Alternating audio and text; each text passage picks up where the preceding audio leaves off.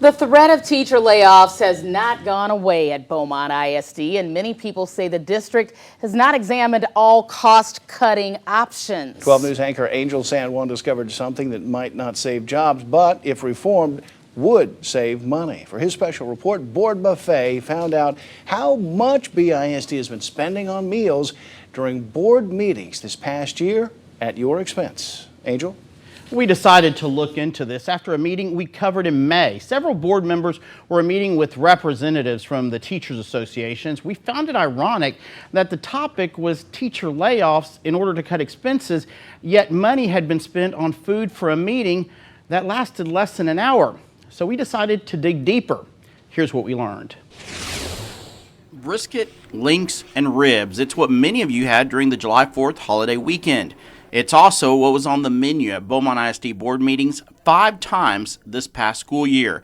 It seems board members are fans of Tony's Barbecue, having spent more than $2,500 there between August 2013 and May of this year, twice in the month of October, which is also the month BISD spent the most on board meals, almost $2,000. 12 News obtained menus and invoices for the 10-month period that made up the 2013-14 school year by filing a Freedom of Information request.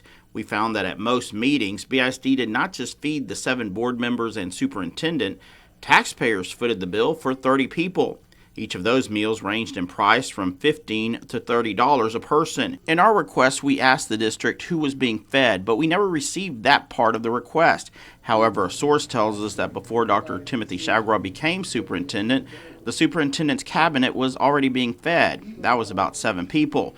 And we're told that after Shagwell took over, he added police officers who were working the meeting to the list. The menus are considered elaborate by those familiar with what's served in other districts. For the August 15th, 2013 board meeting, ribeye steaks were served. The total cost of that meal to taxpayers, $840. I don't think you would call the meals that we eat fancy or elaborate. There were also themed dinners. In October, for Hispanic Heritage Month, there were beef and cheese enchiladas and beef fajitas. With all the fixings, the cost $600. For Black History Month in February, fried chicken and neck bones were on the menu. That meal, $750. The board also celebrated Thanksgiving during their November board meeting, but not just with turkey. Fried pork chops were also an option, another $750 tab. March also offered board members an option of chicken fried steak and roasted pork loin. And in April, a seafood lover's menu of fried shrimp, fish, and shrimp scampi. In January, the board celebrated itself with the board appreciation reception, spending $175 on cookies and punch. Then later that evening, a board appreciation dinner, $500 with the main course of chuck roast and more dessert, pound cake with whipped cream and fresh berries.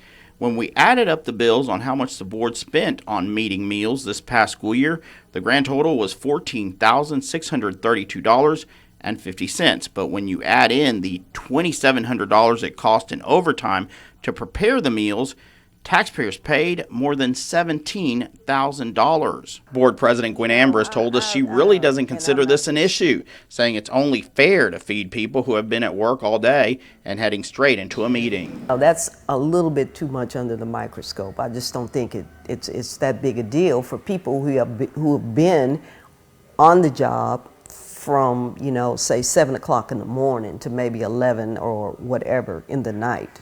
I don't think that's a big deal. We did check with other school districts, and the cost is not even close. Port Arthur ISD feeds just its board at meetings at an annual cost of $3,000. Galveston ISD does the same at $2,500 a year. Neither school has labor costs, and we also checked with Nederland and P&G ISDs. They say they feed the board 2 or 3 times a year, usually sandwich trays during budget workshops. And here's an interesting note. For the June 19th board meeting that ended up having to be canceled, Tony's had also been ordered. That was a Thursday. Sources tell us an aide had suggested refrigerating the food until Monday to when the meeting had been rescheduled, but we're told the superintendent said no, and that those school officials who were there were going to go ahead and eat it, then get something else for the Monday meeting. The cost of that Tony's order for that night was $200. So have the meals continued? Well, this last meeting that took place last week, sources told us nothing was served. Now, that took place after we had made our request for all this documentation, but we do have a copy of a menu for next school year, which is the same as this past year, but of course, with the state takeover imminent, these meals might never be made. So what about leftovers? Any leftovers here? Well, a source did tell us that the administration building's cafeteria, they have one at the administration building, has been known to resell some of what's been left over the day after the meetings. That cafeteria mainly feeds employees who work at administration. The meals sell for about $5 to $6. You're killing me here. And You're again, killing this has me. been going on for years. So this was 1 year.